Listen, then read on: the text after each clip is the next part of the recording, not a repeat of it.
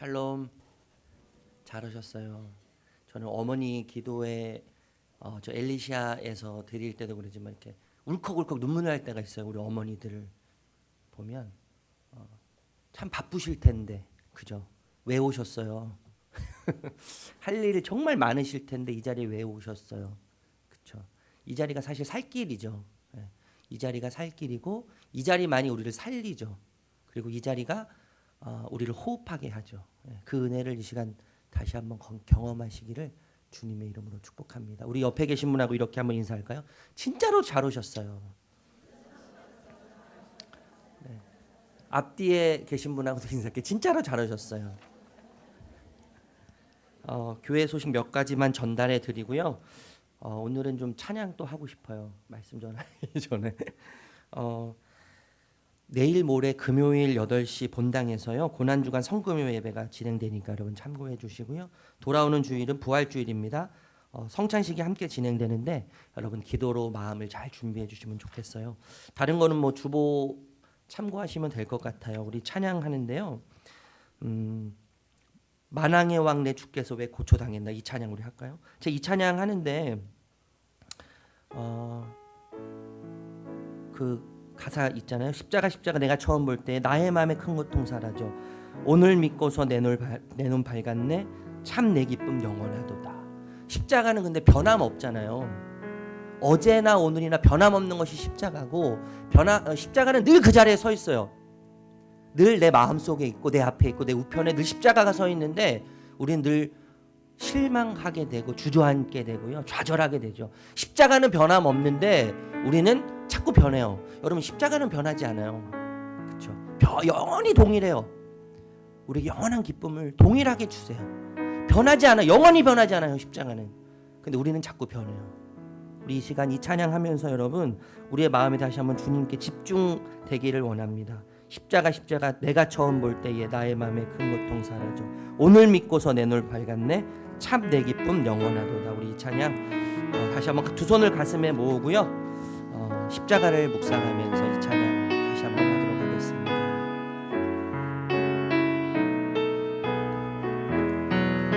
만왕의 왕 만왕의 왕 내게서 왜 고초 당했나 이 벌레 같은 날 위해 흘렸네. 십자가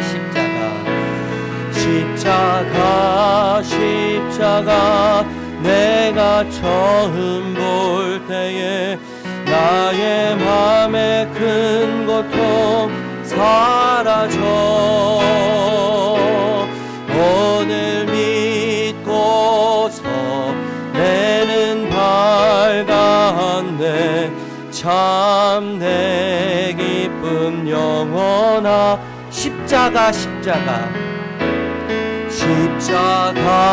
십자가 내가 처음 볼 때에 나의 맘에 큰 고통 사라져 오늘 믿고서 내는 밝았네 참 내 기쁨 영원하도다. 늘 울어도 그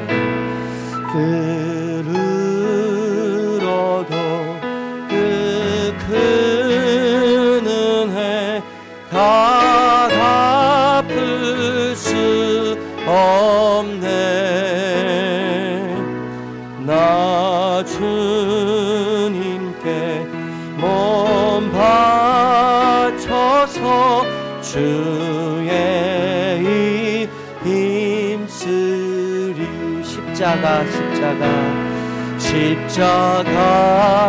십자가 내가 처음 볼 때에 나의 맘에 큰 고통 사라져 오늘 믿고서 내는 밝았네 참내 기쁨 영원하. 십자가 내가 처음 볼 때에 십자가. 우리 두 손 들고 고백할까요? 내가 처음 볼 때에 나의 마음의 큰 고통 사라져. 오늘 믿고서 내는 밝았네. 참내 기쁨 영원하도다. 우리 이 시간 다시 한번 기도하기 원하는데요. 여러분, 십자가는 변하지 않았습니다. 십자가는 어제나 오늘이라 동일합니다. 동일한 능력이 있습니다. 문제는 우리가 흔들리는 것에 있는 거죠. 십자가는 변함없이 우리에게 능력이 되는데 그 십자가를 제대로 바라보지 못하고 온전히 바라보지 못하는 흔들리는 우리의 중심. 이 시간 고난주간을 맞이하고 보내면서 그 주님의 십자가가 나에게 어떤 의미인지를 다시 한번 고민하면 좋겠어요. 그리고 말씀을 듣기 전에 나의 흔들리는 마음이 있다면, 나의 요동치는 마음이 있다면, 불안하고 두렵고 무섭고 떨리고 직면하고 싶지 않은 십자가와 같은 고통의 시간이, 또 고통의 상황이 있다면 이 시간 그것을 이 시간 주님께 한번 내려놓읍시다. 솔직하게 내려놓읍시다. 솔직하게 주님께 내려놓으면서 주님께 맡깁시다. 그것이 나의 문제이든 가정의 문제이든 남편의 문제이든 또 우리 부모의 문제이든 솔직하게 그것을 십자가 앞에 내려놓고 십자가를 의지하면서 우리 한번 기도하며 나아가도록 하겠습니다. 기도하겠습니다. 하나님, 이 시간 주님 십자가를 다시 한번 바라봅니다. 주님 주옵소서. 주님 십자가는 변하지 않았는데 하나님 아버지 하나님 주옵소서. 하나님 구성에게 말씀해 주옵소서. 아버지 하나님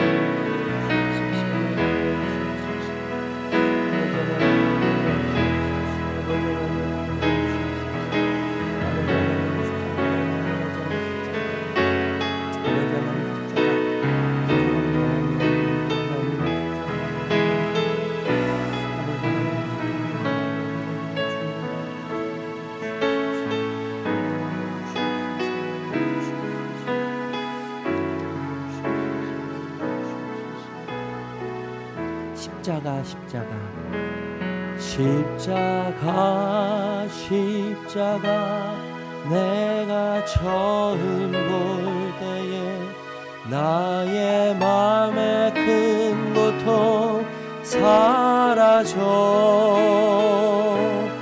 오늘 믿고서 내는 밝았네. 참내 기쁨 영원하도다.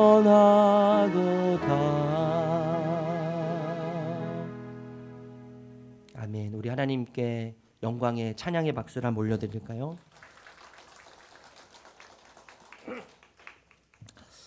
오늘 사실 무겁게 시작하지 않으려고 노력했는데요. 우리 옆에 분하고 다시 한번 인사할까요? 십자가는 나의 능력입니다. 네, 참 잘 오셨고요. 우리 하나님 말씀을 좀 나누도록 할게요. 마태복음 25장 1절에서 13절 말씀이에요. 마태복음 25장 1절에서 13절 말씀.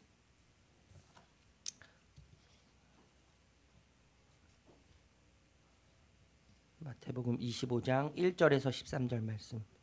우리 교독할까요?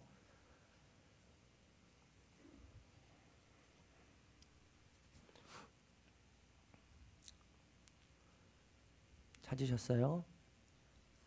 네, 우리 같이 제가 먼저 읽을게요. 그때의 천국은 마치 등을 들고 신랑을 맞으러 나간 열 처녀와 같다 하리니 미련한 자들은 등을 가지되 기름을 가지지 아니하고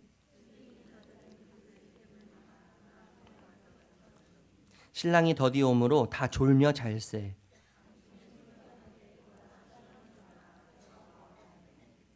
이에 그 처녀들이 다 일어나 등을 준비할세.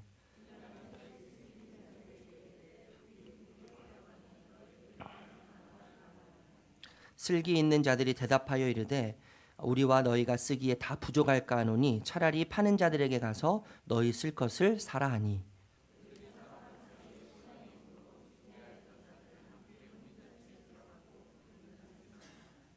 그 후에 남은 처녀들이 와서 이르되 주여 주여 우리에게 열어주소서.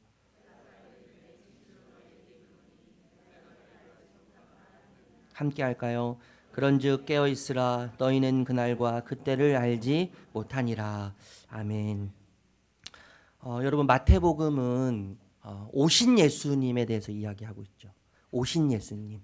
그리고 우리가 점점 이제 끝장으로 가는데 점점 끝장으로 가면 갈수록 어떤 예수님에 대해서 말씀하고 계세요? 오실 예수님을 말씀하고 계시죠. 사실 여러분 이 성경 전체도 마찬가지예요. 오실 예수님에 대해서 계속 이야기하고 있다가요. 마태복음 이제 신약 성경 신약 시대에 예수님이 오셨어요. 예수님이 오시고 나셔서 계속 신약 성경이 진행되는데 뭘 초점에 두고 이야기가 진행돼요? 다시 오실 예수님에 대한 초점을 두고 지금 이야기가 계속 진행되고 있는 것이죠. 여러분 우리는 예수님이 오신 과거와 다시 오실 예수님의 미래의 이야기 사이에 서 있는 자들이에요. 현재라는 이 시간, 이 현재라는 사이에 우리는 두 발을 디딛고 지금 살아가고 있는 자들이죠. 여러분 우리가 고난 주간을 보내고 있는데요. 십자가는 여러분, 우리 아까 십자가 제가 계속 얘기했지만 십자가는요. 다시 오신 예수님과 다시 오실 예수님의 사이에 있어요. 과정의 이야기예요. 과정의 이야기. 여러분 십자가는 예수님께서 이 땅에 오신 목적이 아니에요. 예수님의 목표는 십자가를 지시는 게 아니에요. 십자가는 예수님이 이 땅에 오신 과정일 뿐인 거예요. 이해되세요? 예수님은요 십자가를 통과하심으로 뭘 경험하셨어요? 부활을 경험하셨어요. 예수님이 십자가를 통과하심으로 우리의 모든 죄의 권세를 이기셨죠. 그리고 예수 그리스도는 십자가를 통과하심으로 십자가에 머물러 계시지 않았어요. 십자가를 통과하심으로 우리에게 영원한 생명과 부활의 능력을 그 예수 그리스도를 따르고 믿는 자들에게 주셨죠. 선물로 주셨죠.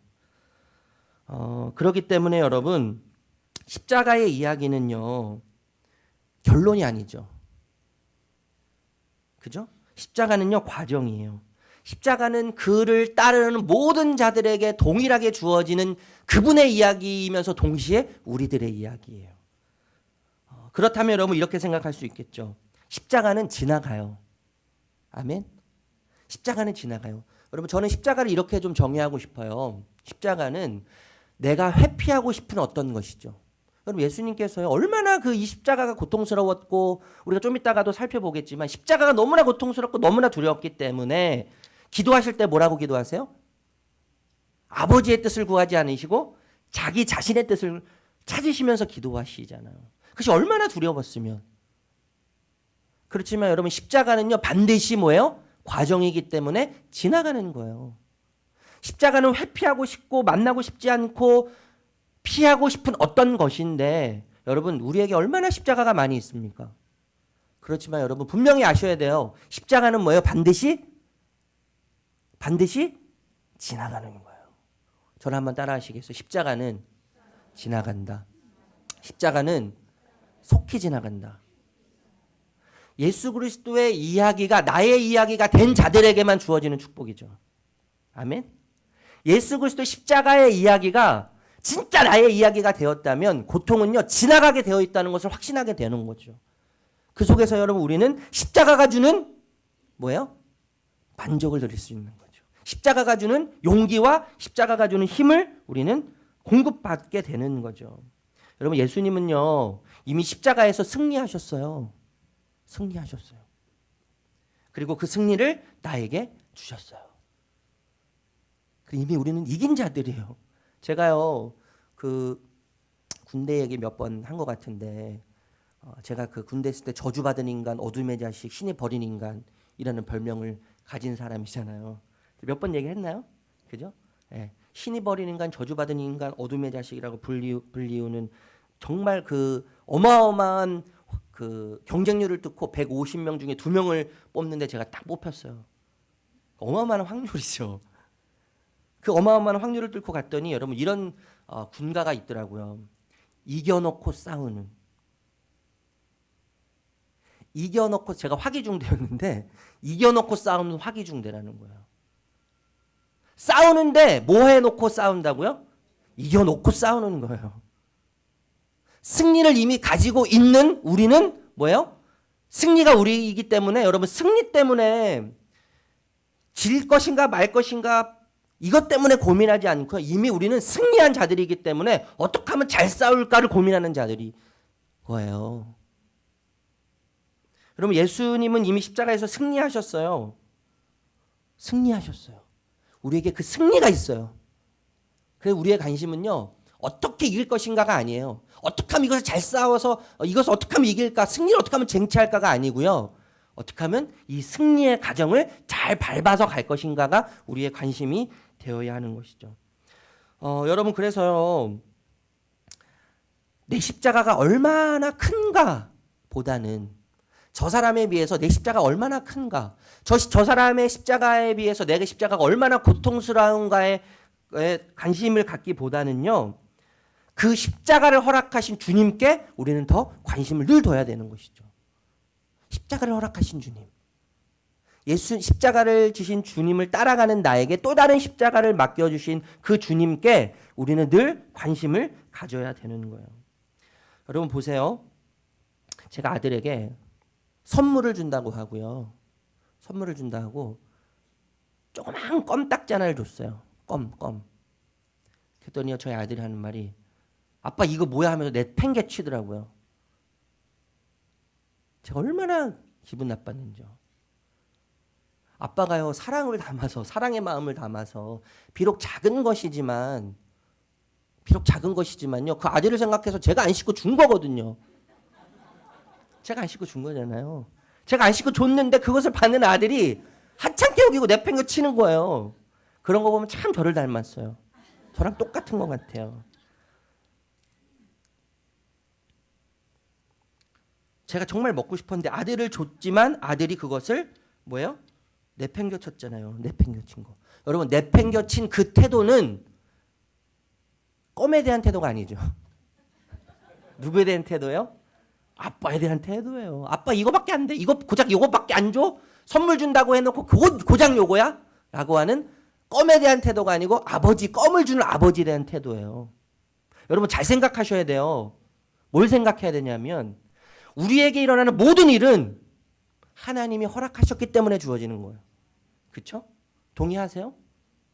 정말 저 동의하고 싶지 않아요, 실은. 근데 이게 진짜거든요. 우리에게 허락되는 모든 일은 하나님이 허락하셨기 때문에 주어지는 거예요. 그런데 여러분 제가 좀 전에도 이야기 드렸지만 하나님이 허락하신 그 일에 대한 반응과 그 사건에 대한 그 환경에 대한 나의 태도는 단순히 그 환경에 대한 태도가 아니죠. 누구에 대한 태도예요? 그 상황을 허락하신 하나님에 대한 태도가 되는 거예요. 이해되세요? 여러분 그렇기 때문에요.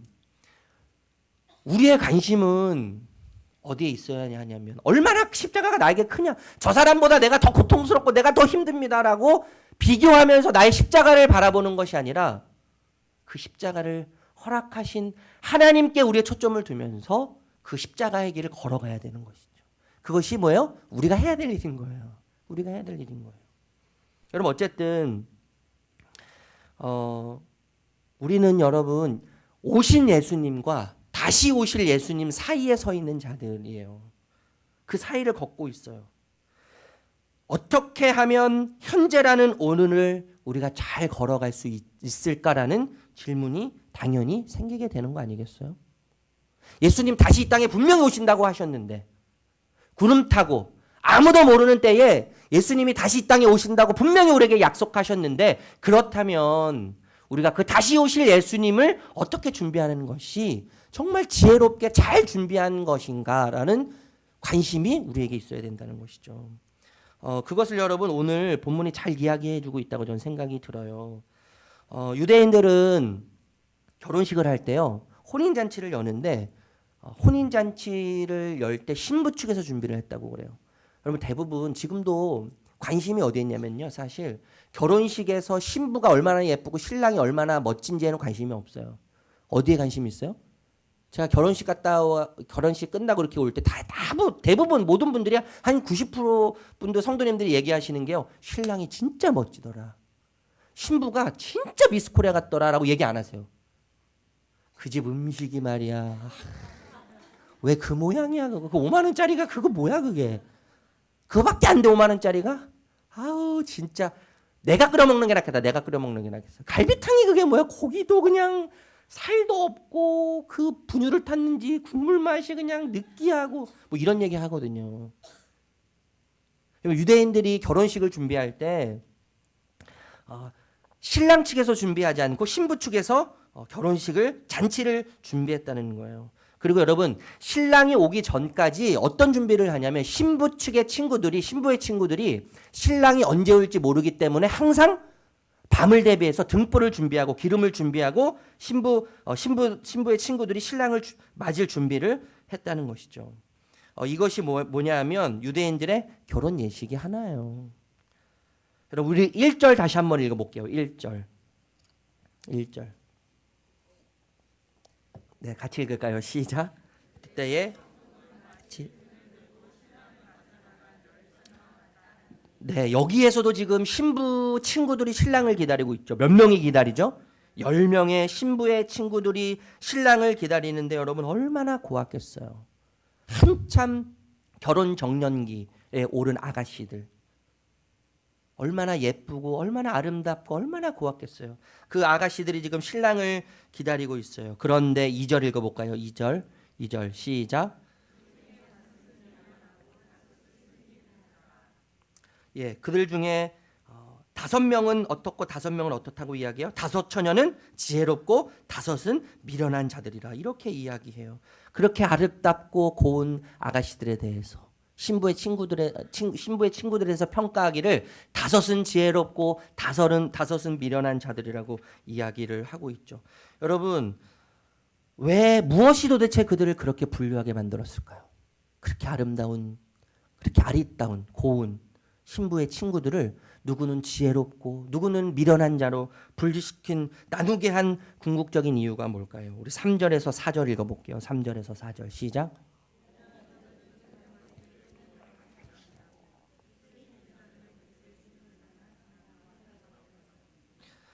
예, 지혜로운 5 처녀와 미련한 5 처녀를 나는 기준이 뭐예요? 기름 준비예요. 기름 준비.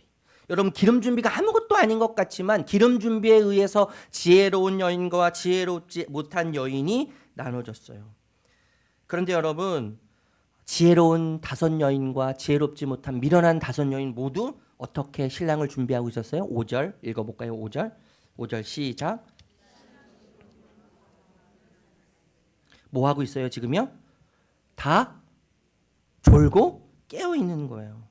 미련한 여인도 자고 있고 미련한 여인도 졸고 있고 지혜로운 여인도 자고 있고 지혜로운 여인도 지금 졸고 있는 거예요. 그런데 여러분 예수님께서 분명히 이야기하고 계시죠. 5 여인은 뭐예요? 지혜롭고 5 여인은 미련하다라고 이야기해요. 지혜로운 여인도 미련한 여인도 다 졸고 다 잤는데 그럼에도 불구하고 예수님은 지혜로운 여인, 똑같이 자고 똑같이 졸고 있는 여인들을 향해서 누구는 지혜롭고 누구는 미련한 자라고 말씀하신 궁극적인 이유는 뭐였다고요? 기름을 준비하느냐 준비하지 못하느냐. 그것을 두고 예수님이 지금 말씀하고 계시는 것이죠. 여러분 예수님은 다시 오실 것에 대해서 말씀하시면서 거창한 것을 이야기하고 계시지 않으세요?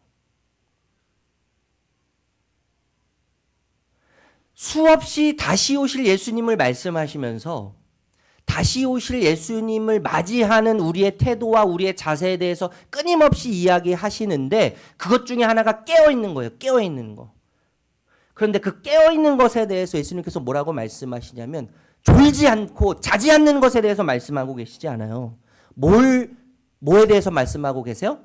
기름을 준비하는 것에 대해서 말씀하고 계시는 거예요. 준비. 여러분 다시 한번 생각해 볼까요? 신부의 친구 10명을 나눌 때 지혜로운 여인과 미련한 여인을 나눴던 기준은 뭐라고요? 기름 준비에 있는 거예요. 기름 준비. 그렇다면 여러분 깨어있으라는 말은 어떤 의미일까요? 깨어있으라. 단순히 졸고 자는 문제의 이야기가 아니라 깨어있는다는 것은 뭐예요? 준비에 관한 이야기죠. 준비. 우리 6절에서 9절 읽어볼게요. 6절에서 9절. 6절에서 9절 시작.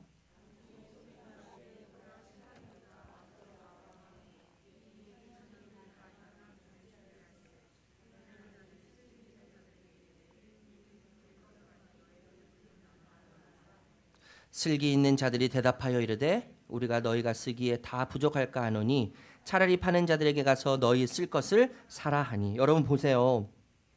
신랑이 오는 때에 등불을 준비하면 어떻게 돼요? 늦어요. 그렇기 때문에 등불을 준비하는 때는 언제죠? 지금이죠. 지금. 신랑이 언제 오는지는 모르지만 아직 시간이 있기 때문에 등불에 그 기름을 준비해야 할 때는 지금이에요. 지금. 신랑이 오는 그때에 사면 늦어요. 신랑이 오는 그때에 사면 너무 늦어요. 그래서 등불은 언제 올지 모르는 신랑을 기다리는 동안 일상의 시간에 기름을 사야 되는 거예요. 저는 여러분 그래서 깨어있다는 말을 이렇게 이야기하고 싶어요. 깨어있다는 것은요, 기다리는 동안이죠. 기다리는 동안. 기다리는 동안은 일상이에요. 일상. 깨어있어서 다시 오실 예수님을 기다리는 것을 신랑이 오는 것에 비유하시는 예수님의 이 깨어있다는 의미는 그렇기 때문에 일상을 어떻게 살아가느냐에 대해서 이야기하고 있는 것이죠. 일상. 여러분 깨어있다는 것은 일상의 이야기예요. 일상의 이야기.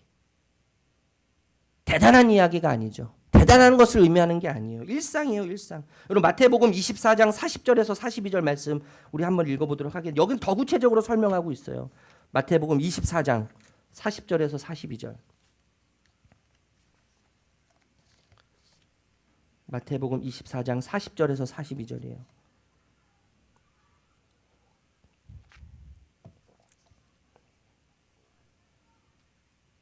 찾으셨어요? 읽어볼까요?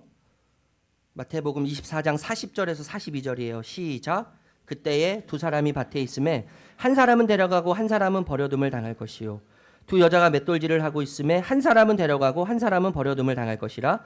그러므로 깨어 있으라. 어느 날에 너희가 주가 임할는지 너희가 알지 못함이라. 여러분 보세요. 지금 두 사람이 있어요. 두 사람은 뭘 해요? 밭일을 하고 있어요. 두 여자가 있어요. 두 여자는 뭘 해요? 맷돌을 하고 있죠. 여러분 밭일은 뭐죠? 밭일? 어제 했던 그 일이죠. 어제 했던 그 일인데 오늘 동일하게 해야 되는 일상이에요. 맷돌질은 뭐예요? 맷돌질. 여인들의 일상이죠.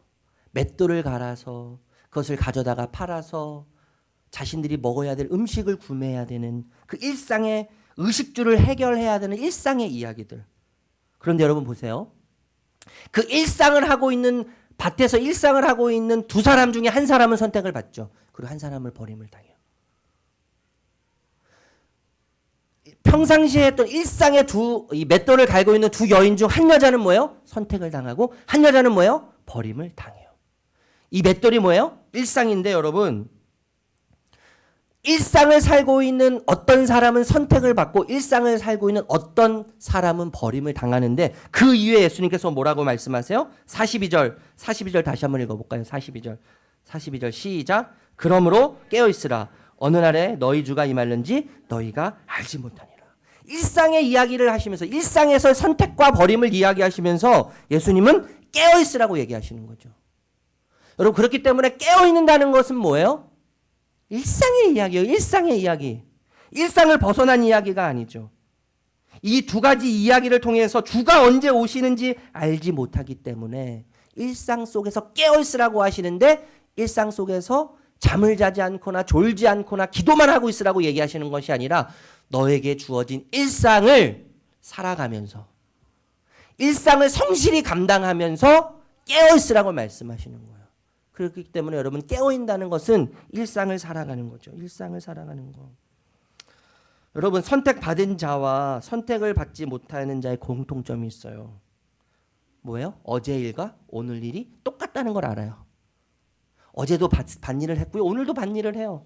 어제 맷돌 일을 했기 때문에 맷돌을 갈았기 때문에 오늘도 맷돌을 갈아야 돼요. 내일도 그 밭일을 할 거예요. 내일도 맷돌을 갈 거예요.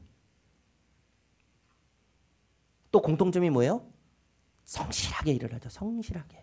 그 자기에게 주어진 일상을 성실하게 일을 감당해요. 그런데 여러분 차이가 있죠. 그 차이는 뭐예요? 주인에 대한 인식이에요. 주인에 대한 인식.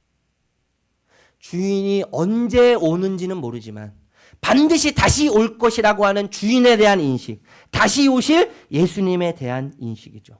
여러분 이 인식이 있다면 일상을 살더라도 다른 일상을 살게 되는 거죠.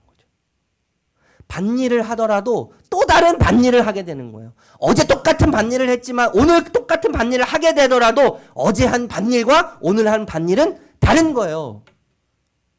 똑같이 맷돌을 갈아도 어제 간 맷돌과 오늘 간 맷돌은 다시 오실 주님의 입장에서 다시 오실 주님의 인식에서 보면 다른 거예요. 다른 거예요. 어제는 어제 오실 주님에 대한 준비였다면 일상이 어제 일상이 오늘의 일상은 오늘 오실 주님에 대한 준비가 되는 거예요. 그렇기 때문에 여러분 다른 거죠. 여러분 우리에게 일상이 있어요. 일상. 남편으로서의 일상. 참 제가요 남편으로서 제일 힘든 게 뭐냐면 설거지하는 거예요. 이 싱크대에 설거지가 쌓여 있으면 그렇게 외면하고 싶어요. 그렇게 외면하고 싶어요. 제가 좀 전에도 말씀드렸지만 십자가는요 회피하는 거예요. 회피하고 싶은 거예요. 저에게 십자가와도 같은 거 아니에요? 모른 척하고 싶은 거예요. 모른 척하고 싶어요. 여러분 아내로서 얼마나 회피하고 싶은 것들이 많으시겠어요? 엄마로서 회피하고 싶은 것들이 얼마나 많으시겠어요? 십자가처럼 회피하고 싶은 거. 정말 저것만은 내가 남편의 저 모습만은 저 자식의 저 모습만은 욕 나오네요. 저 아이의 저 모습만. 여러분 예수님은